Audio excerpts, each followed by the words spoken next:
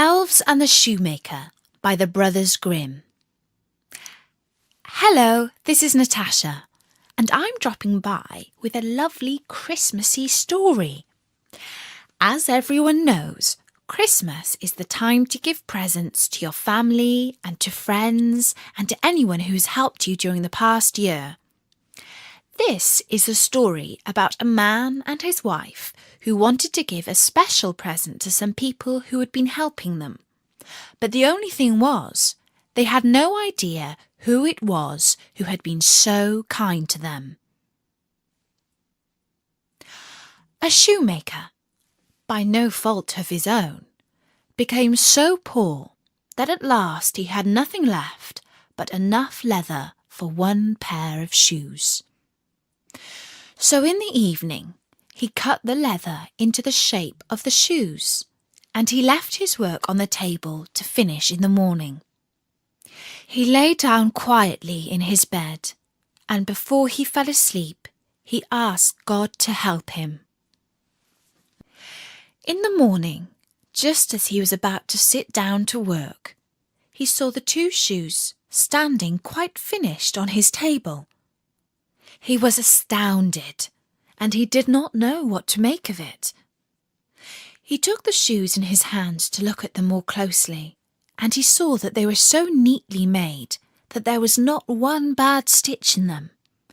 It was just as if they were intended as a masterpiece. Soon after, a customer came into the shop, and as the shoes pleased him so very well, he paid more than the usual price. Now the shoemaker had enough money to buy leather for 2 pairs of shoes. That night he cut out the leather. Next morning he was about to set to work with fresh hope for the future, when he saw that the shoes were already made. There was no shortage of customers who wanted the shoes.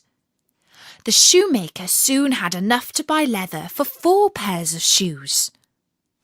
The following morning he found the 4 pairs made, and so it went on.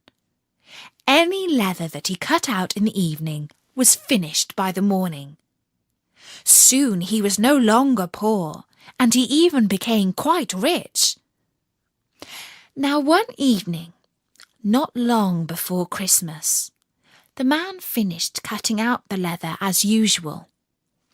But this time he said to his wife, "Let's stay up tonight to see who it is that lends us this helping hand."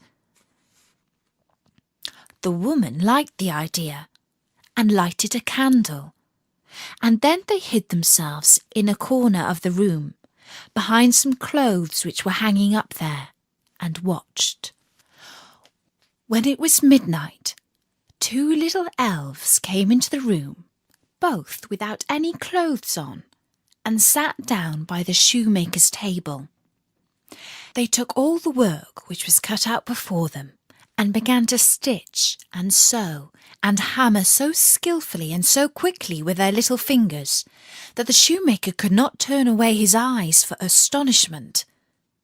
They did not stop until all was done, and stood finished on the table, and then they ran away quickly. The next morning the woman said, "The little men have made us rich, and we really must show that we are grateful for it.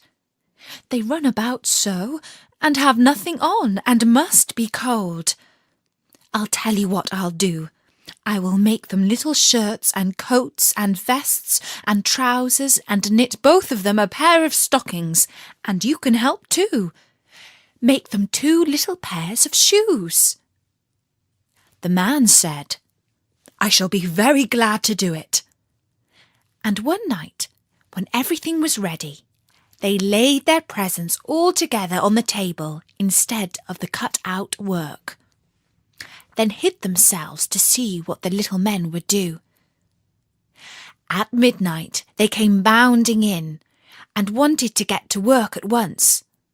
But as they did not find any leather to cut out, but only the pretty little articles of clothing, they were at first puzzled, and then delighted.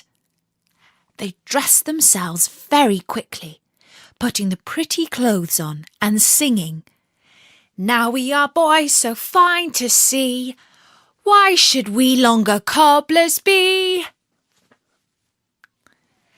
Then they danced and skipped and leapt over chairs and benches. At last they danced out of the doors. From that time on, they came no more. But as long as the shoemaker lived, all went well with him, and all his business prospered. And that was the story of the Elves and the Shoemaker by the Brothers Grimm. Bertie says that was a really sweet story, and he hopes it's got you in the mood for giving and receiving presents. Now I'm just off to do some more Christmas shopping. But don't forget, there are always loads of free stories at storynori.com. For now, from me, Natasha, have a great Christmas. Bye-bye.